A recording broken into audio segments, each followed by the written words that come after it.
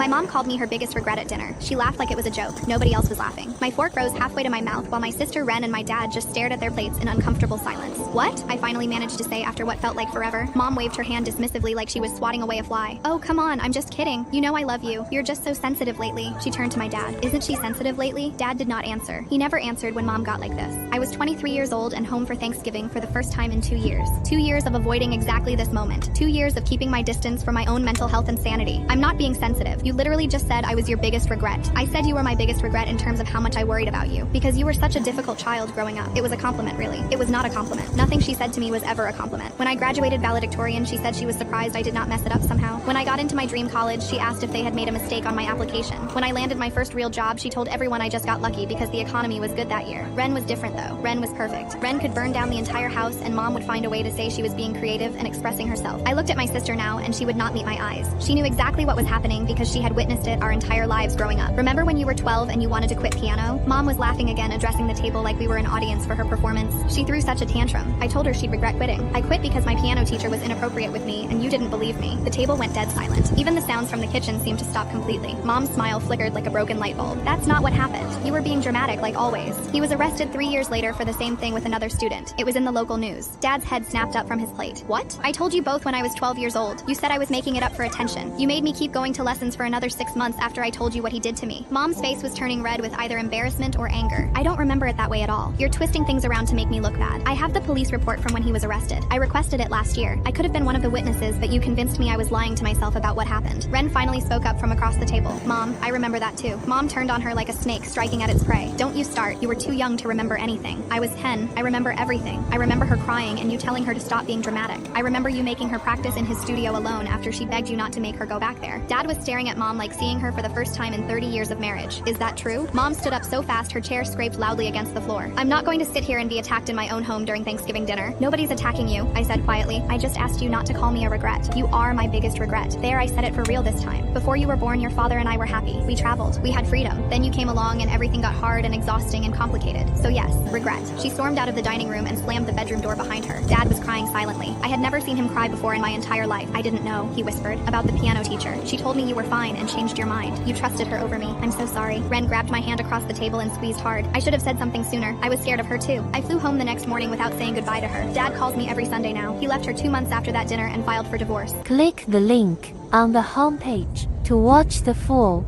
follow-up for free.